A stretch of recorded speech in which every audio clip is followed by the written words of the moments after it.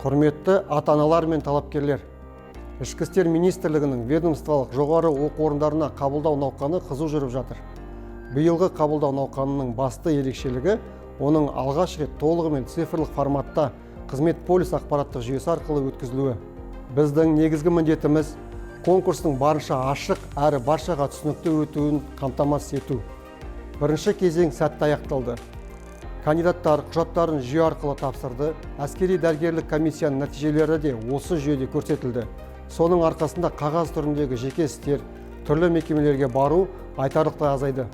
15 шілдеден бастап келесі кезең дене шынықтыру даярлығы бойынша нормативтерді тапсыру басталады. Нормативтер жоғары оқу орындарында емес, кандидаттардың тұрғылықты жері бойынша аумақтық полиция департаменттерінде қабылданады. Бұл ең алдымен талапкерлер мен олардың ата-аналарына қолайлы болу үшін жасалып отыр. Ең бастысы, бүкіл процесс барынша анық өтеді. Әрбір нормативті орындаудың бейнежазбаға түсіріліп, тікелей эфир ұйымдастырылады.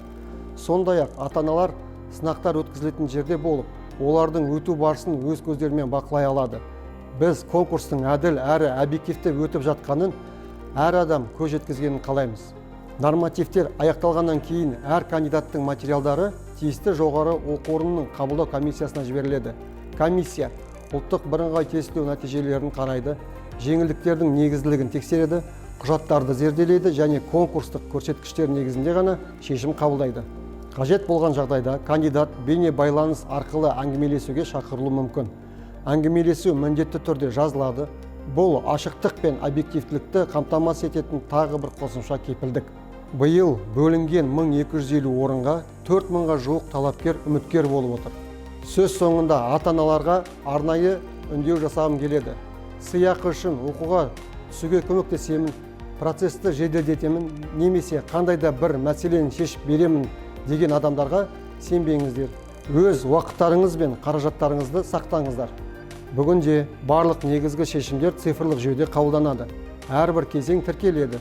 Балаларыңыз бұл ақпаратты жеке кабинеттерінен көре алады, ал қабылдау науқанына қатысушылардың әрекеттері тексеріледі. Ішкі істер министрлігі барлық талапкерлерге сәттілік тілейді және білімдеріңіз, табандылықтарыңыз оқуға сәтті түсуге негіз болады деп сенеді.